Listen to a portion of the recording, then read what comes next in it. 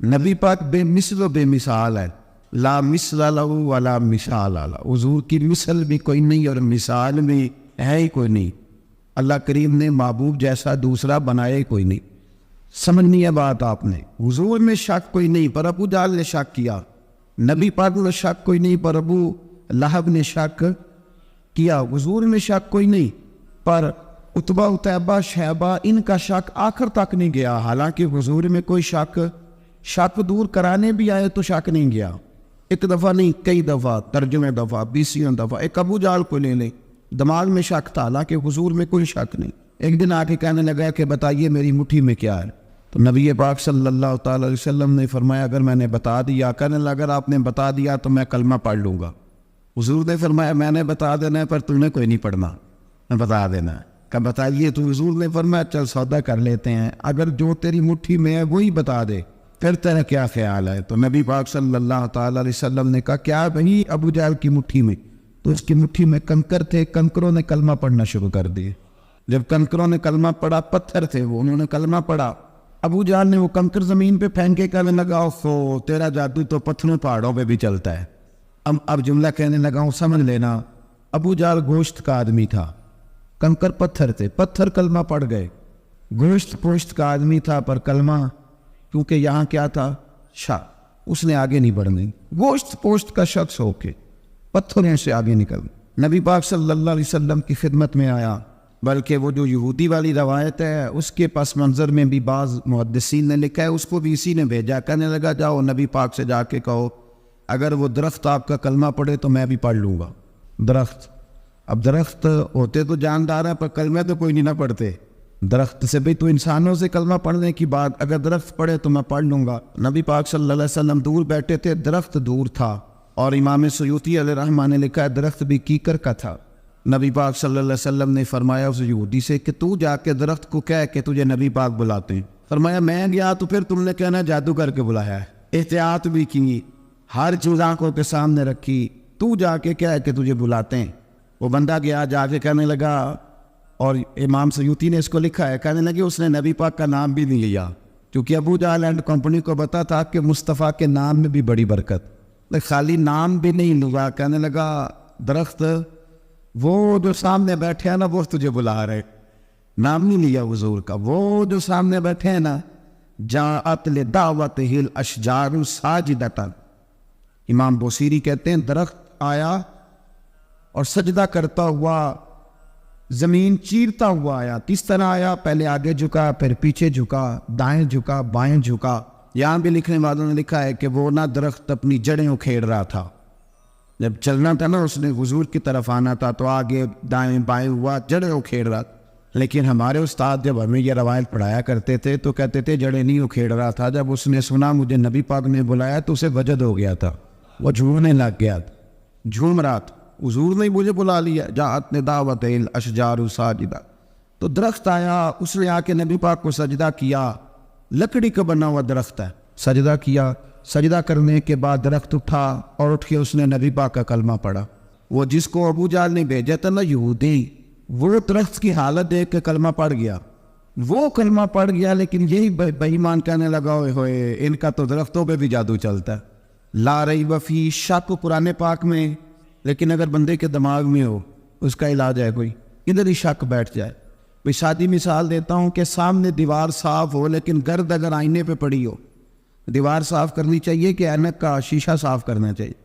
ساری زندگی لوگ دیوار صاف کرتے گزار دے، ساری زندگی تراش خراش کرتے گزار، اپنی مرضی کی پینٹنگ کرتے گزار دیتے ہیں، پر اپنی آنکھ کی پتلی صاف نہیں کرتے، آنکھ کی پتلی صاف نہیں کرتے۔ کسی نے حضرت رومی سے کہا تھا حضور دنیا میں کوئی اچھا ملتا نہیں، فرمانے لگے تھوڑا رونا شروع کر تاکہ تیری پتلیاں وضو کر لیں، وضو کرنے وہ انہیں پتہ چل جائے کہ کتنے صاف ستھرے لوگ دنیا میں پائے جاتے۔ ابو جہل پھر آ گیا، کہنے لگا اگر آپ چاند کے 2 ٹکڑے کر دیں تو میں کلمہ پڑھنے کو تیار۔ اچھا یہاں بھی بڑی مزے کی بات ہے، اللہ نے پہلے کہہ دیا نبی پاک کو کہ ان الذین کفروا سواء علیہم انذرتہم ام لم تنذرہم لا یؤمنون۔ محبوب یہ جن کی قسمت میں کفر ہے نا، آپ انہیں ڈرائیں چاہے نہ ڈرائیں، یہ ایمان نہیں لائیں گے۔ کنکروں نے بھی کلمہ پڑھ لیا، درختوں نے بھی پڑھ لیا، سارا کچھ ہو گیا، اور اللہ نے بھی کہہ دیا کہ محبوب اس بے ایمان نے کلمہ نہیں پڑھنا، پر حضور نے فرمایا یہ پڑھے نہ پڑھے ہم نے میدان نہیں چھوڑنا، جتنی دفعہ آئے گا نا ہم اسے ضرور معجزہ دکھائیں، جتنی دفعہ آئے گا ہم کیوں میدان چھوڑ۔ آگے کہنے لگا جی اگر چاند کے 2 ٹکڑے کر دے تو اقتربت الساعۃ وانشق القمر، تو نبی پاک صلی اللہ علیہ وسلم نے انگلی کا اشارہ کیا، چاند 2 حصوں میں بٹا، کوہ صفا ایک پہاڑی تھی مکے میں، آدھا ٹکڑا پہاڑی کی اس جانب ہوا، آدھا اس جانب، یعنی وضاحت کی اللہ کریم نے کہ ایسے نہ ہو کہ یہ کہہ جی وہ تو ایسے بالکل شک ہوا تو مل گیا، پتہ نہیں میری آنکھوں پہ جادو ہو گیا، ملا ہے کہ نہیں ملا۔ جب ٹوٹا تو حدیث پاک میں آتا ہے کہ آدھا چاند کوہ صفا کی ادھر گیا اور آدھا تو پہاڑی تھی، چاند نیچے آیا، پہاڑی کے گرد گھوما، آگے جا کے ملا، یعنی وقفہ دیا گیا باقاعدہ دیکھنے کا، سمجھنے۔ پوری دنیا میں جتنے لوگ اس وقت چاند دیکھ رہے تھے، ہندوستان تک روایتوں میں ملتا ہے کہ لوگوں نے گواہی دی کہ ہم نے چاند ٹوٹتے دیکھا ہے۔ زمانہ مان گیا، لوگوں کی چیخیں نکل گئیں، لوگ قدموں میں گر گئے، پر وہ جس کے دماغ میں شک تھا نا وہ نہیں مانا، شجر و حجر پہچان گئے، پر انسان کی نظروں میں شک ہی رہا۔ دنیا میں سب سے مجبور، کمزور، بزدل، کم فہم بندہ وہ ہے جس کے دماغ میں شک ہے، سب سے کم فہم، اس کی فراست روحانیہ زیرو ہے، وہ ایک ناکام شخص ہے، اس کو کسی پہ بھی شک پڑ جائے، کسی پہ بھی۔ ہم نے دیکھا ہے جو عورت اپنے مرد پہ شک کرنے لگ جاتی ہے اس گھر کا کوئی علاج ہی نہیں ہوتا، جو شکوہ کرتی ہے روٹی کا، پیسوں کا، وہ کسی دور میں مسئلہ اس کا حل ہو جاتا ہے، جو نافرمان ہوتی ہے اس کا بھی مسئلہ کسی نہ کسی زمانے میں حل ہو ہی جاتا ہے۔ یہ جس کو شک پڑ جاتا ہے نا، شک، اس کا مسئلہ قیامت کی صبح تک حل نہیں ہوتا۔ اگر مرد کو شک پڑ جائے اس کا مسئلہ بھی کبھی زندگی میں دوبارہ حل یاد رکھے۔ یہ جو شکوک و شبہات ہے نا، قرآن پورا شکوک و شبہات کا ازالہ کرتا ہے، کافر کے سوال کا جواب دیتا ہے، منافق کے سوال کا جواب دیتا ہے، قرآن مجید ہر ایک کی تسلی کراتا ہے، لیکن شروع میں بتا دیا کہ لا ریب فی، شک والی گنجائش اس میں۔ لوگ آج تک شک کر رہے ہیں کہ اللہ کا کلام ہے کہ نہیں، آج تک لوگ کہہ رہے ہیں۔ تو میرے بھائی، شکوک والی زندگی کمزور ہوتی ہے، شکوک والی، عقل مند لوگوں کی زندگی کمزور زندگی ہے۔ صحابہ کرام عمل والے لوگ تھے، وہ بحثوں میں الجھے رہتے تو عمل نہ کر پاتے۔ ہمارے یہاں نا بحث ہوتی ہے جس مسئلے کا کوئی تعلق ہی نہیں، الجھنوں سے نکل رہے، عمل کا رستہ، بحث جو ہوتی ہے یہ عمل کا رستہ روکتی ہے۔ عقل مند نہ بنے، فرما بردار بنے۔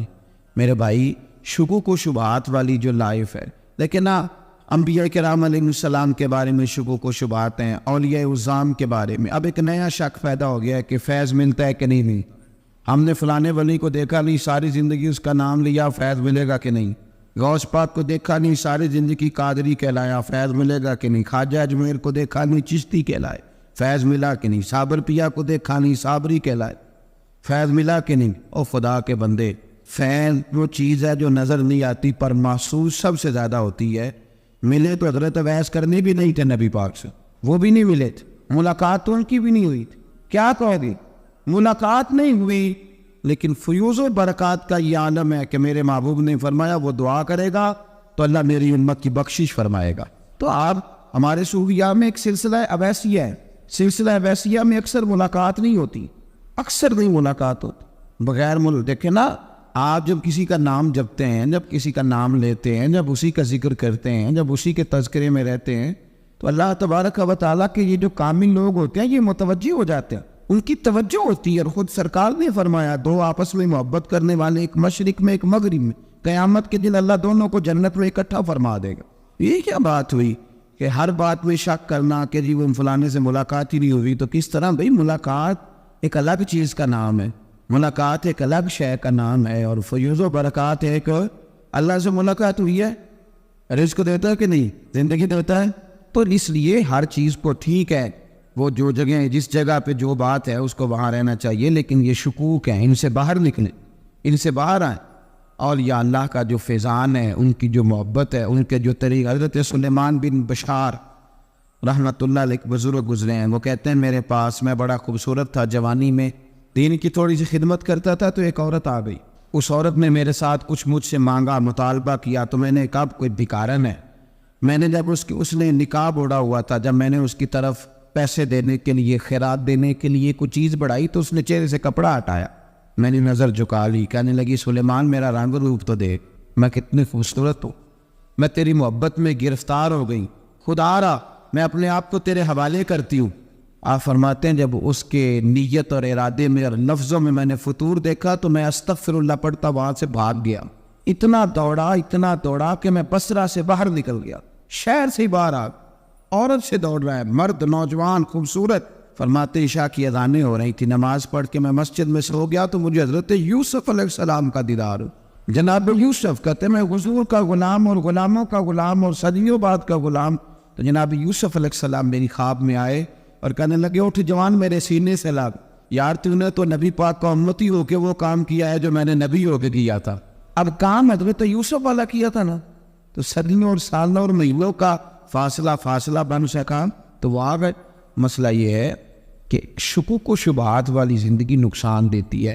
حضرت ہمارے سلسلہ مقدسہ میں ایک سلسلہ علویہ ہے جو اعلیٰ حضرت فاضل بریلوی کو حاصل تھا، شاہ عبدالعزیز صاحب محدث دہلوی رحمۃ اللہ تعالیٰ علیہ نے بڑا لکھا مولا علی کی شان پہ، حضرت علی پہ کلام، ان کا ذکر، ان کے تذکرے اس قدر فنا ہو گئے کہ ہر وقت ذکر علی کرتے۔ فرماتے ہیں مجھے خواب میں حضرت علی کا دیدار ہوا، انہوں نے مجھے بیعت فرمایا اور مجھے اپنے سلسلہ مبارکہ میں اجازت دی، تو شاہ صاحب رحمۃ اللہ علیہ فرمایا کرتے تھے کہ میں نے وہ بہت کم لوگ ہیں جن کو پھر ان میں بیعت فرمایا جاتا ہے، تھوڑے چند لوگ، اور ان کو سلسلہ مبارکہ میں اس میں چند لوگ ہیں، اعلیٰ حضرت کے بعد شاہ رسول ہے، شاہ رسول کے بعد شاہ عبدالعزیز محدث دہلوی اور ڈائریکٹ مولا علی شیر خدا سے بیعت۔ تو مطلب یہ ہے کہ کام شکوک و شبہات سے نکلیں۔ قرآن نے کہا لا ریب فی، قرآن میں شک، البتہ وَإِن كُنتُمْ فِي رَيْبٍ مِّمَّا نَزَّلْنَا عَلَىٰ عَبْدِنَا، بندے کچھ شک کرتے ہیں، اگر انہیں شک ہو تو وہ اس طرح کریں کہ فَأْتُوا بِسُورَةٍ مِّن مِّثْلِهِ، پھر اس کی مثل ایک صورت لے کے آئیں، اور وَادْعُوا شُهَدَاءَكُم مِّن دُونِ اللَّهِ إِن كُنتُمْ صَادِقِينَ، سارے بے شک اپنے حمایتی بلا لیں اگر وہ سچیں۔ شک والی دنیا سے باہر نکل آئیں، حقیقت والی دنیا کو قبول کریں۔ شکوک و شبہات کا ازالہ نہیں ہوتا، شک دوسرے شک کو جنم دیتا ہے، نقص دوسرے نقص کو جنم دیتا ہے، غلطی دوسری غلطی کو جنم دیتی، اور انسان جب تک شکوک کی، میں نے آپ کو کہہ دیا کہ ہر گھر بس سکتا ہے، ہر گھر، ہر عورت کے صحیح ہونے کی امید ہوتی ہے، پر جس بیوی کو اپنے خامند کے کردار پہ شک ہو وہ بیوی کبھی مطمئن نہیں ہوتی۔ ہر گھر بس جاتا ہے لیکن جس خامند کو اپنے بیوی کے کردار پہ شک ہو جائے اس کا کبھی اس کے ساتھ سلوک مخلصانہ۔ شکوک والی زندگی بیماروں کی زندگی ہے، شکوک والی زندگی بیماروں کی زندگی، کمزوروں کی زندگی، بزدلوں کی زندگی۔ اس لیے حقیقت والی چیز جب تک آپ کے پاس کوئی چیز کلیئر ہو کے نہیں آتی، شریعت اسلامیہ نے بہتان کی سزا رکھی 80 کوڑے، پتہ ہے آپ کو؟ جس نے ایسے ہی بہتان لگا دیا، دلیل ہی کوئی نہیں، ایسے ہی کہہ دیا کہ جی وہ مجھے شک ہے جی انہوں نے ایسے کیا، فرمایا اسے کوڑے مارو، شک کی بنیاد پر بہتان ترازی کرتا ہے، کوڑے کی سزا رکھی، 80 کوڑے مارو اس ظالم۔ یہ شک کر رہا ہے اس کو، جب اس کے پاس دلیل ہی کوئی نہیں۔ یہاں بڑے بندے ہیں بات کر دیتے ہیں، کہتے ہیں جی وہ ایسا ہوا ہوگا، میں نے ایسا دیکھا تھا، ہوگا، کیا تھا، ممکن ہے، تو یہ شکوک ہے۔ اس شکوک، یہ سامنے والے کا کچھ بھی نہیں بگڑتا، اس بیچارے کا کیا بگڑنا ہے۔ یاد رکھیں، بڑی خوبصورت بات یہاں حضرت عبداللہ ابن مسعود کی، آپ فرمایا کرتے تھے جب کسی بندے پر بندے شک کرتے ہیں اور ناجائز شک کرتے ہیں، اللہ اس کی عزتوں میں اضافہ فرما دیتا ہے، اللہ اس شانیں عطا کرتا ہے۔ اپنی زندگی کو بیماریوں سے نکالنے، یہ روحانی بیماری ہے شک، اس سے باہر آنے، یہ ظلم ہے۔ اولیاء پہ بھی شک، صوفیاء پہ بھی شک، علماء پہ بھی شک، ہر بندے پہ شک، کوئی صحیح نہیں، سارے غلط، میں اکیلا صحیح۔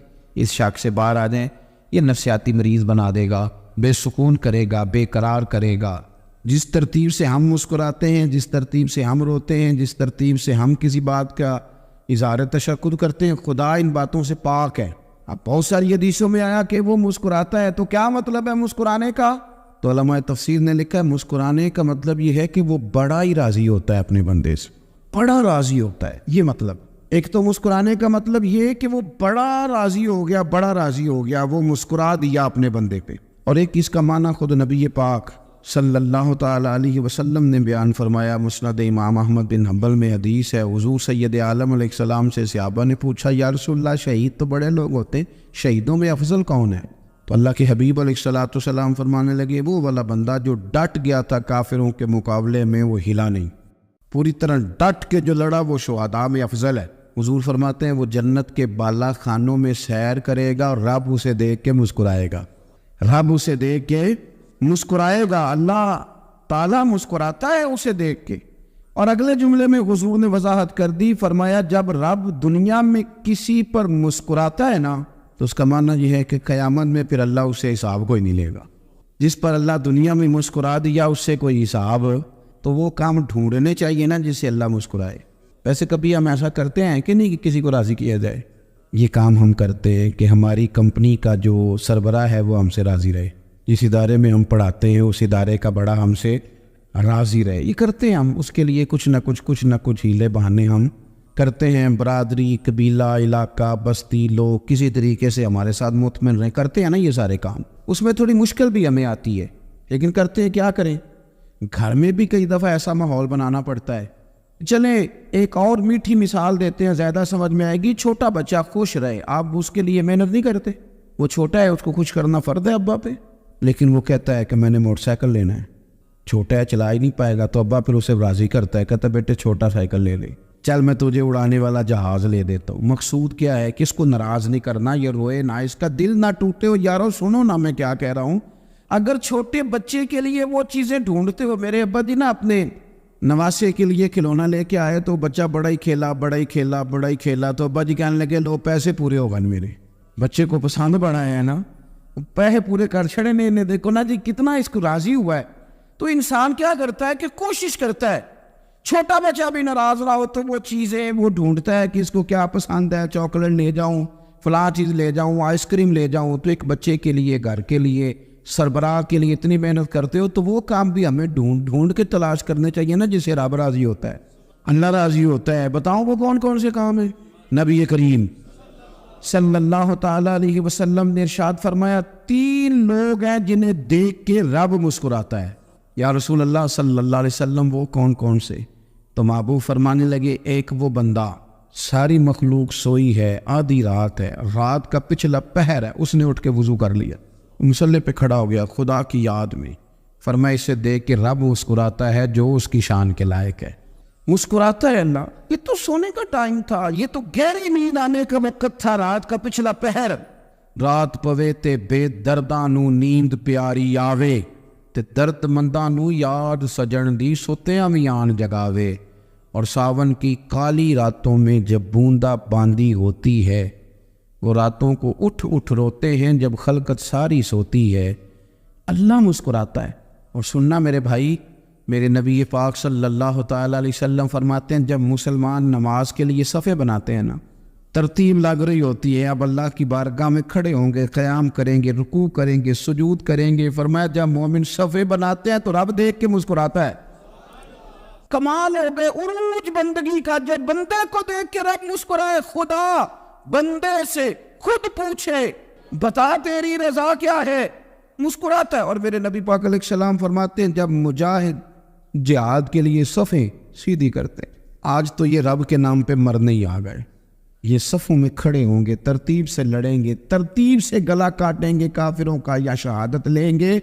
فرمایا جب جہاد کے لوگ صفیں بناتے ہیں تو رب انہیں دیکھ کے مسکراتا ہے۔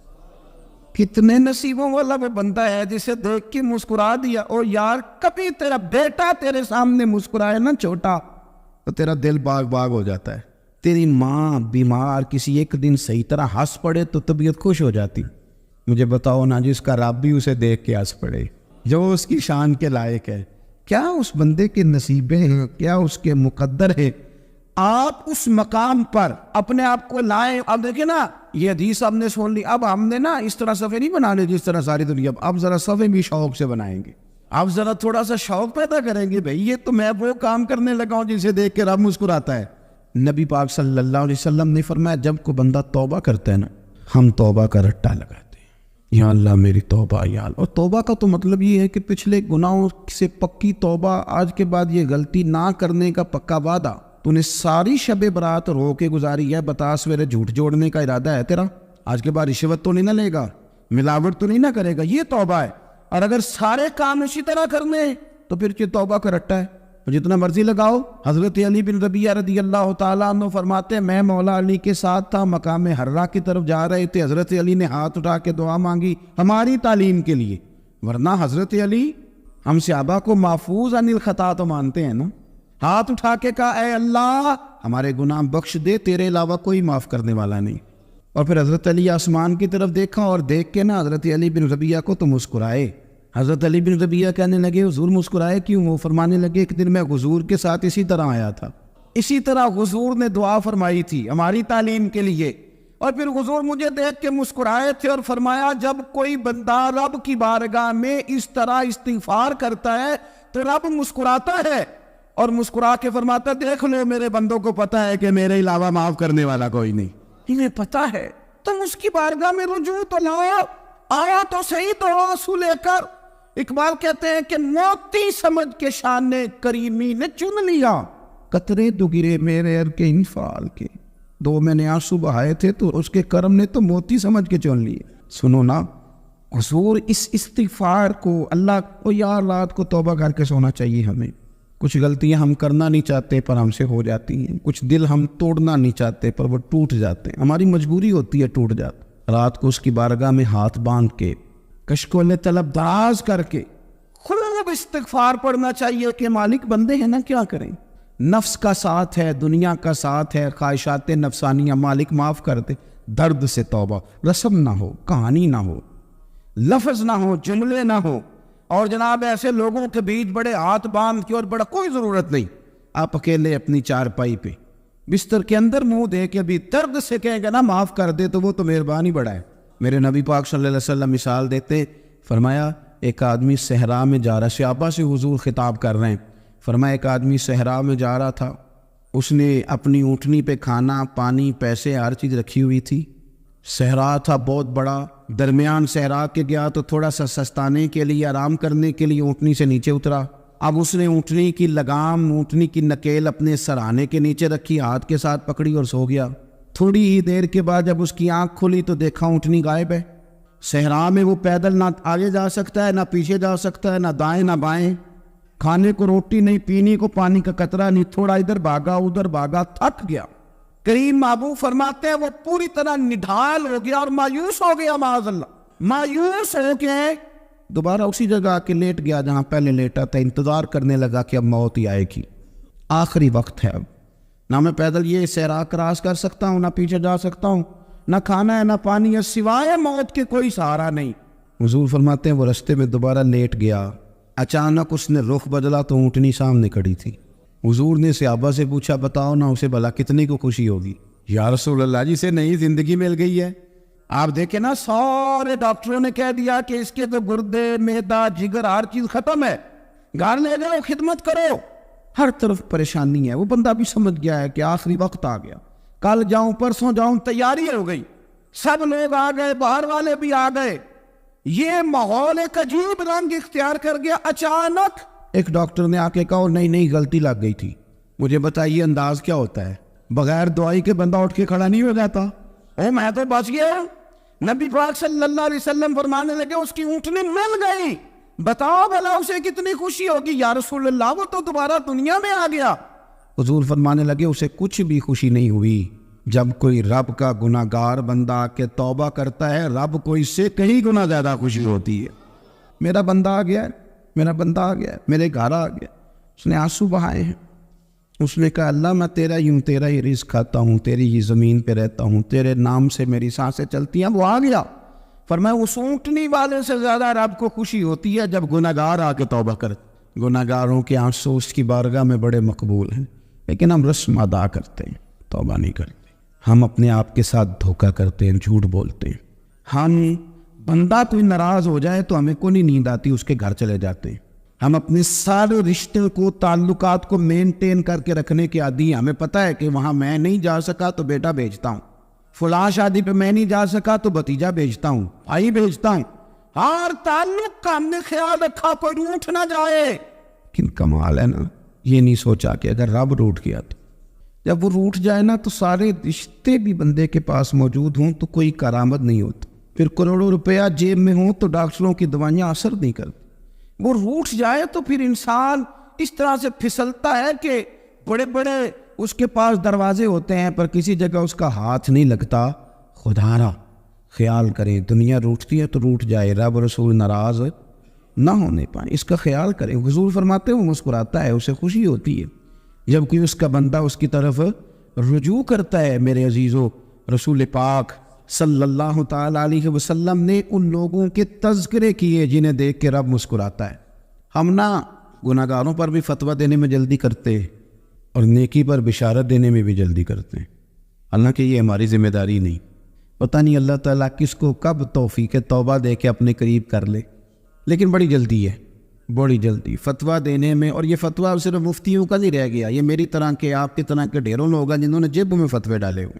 بھئی آپ نے کیوں ذمہ داری لے لی ہے جنت میں داخل کرنے کی اور نکالنے کی؟ یہ تو میرے رب کریم کا کرم ہے, وہ جس کو چاہے جب چاہے جتنا چاہے عطا کرے. لیکن کچھ لوگ نا بڑے پکے ہو گئے ہیں کہ شاید جو میں سوچ رہا ہوں وہی درست ہے.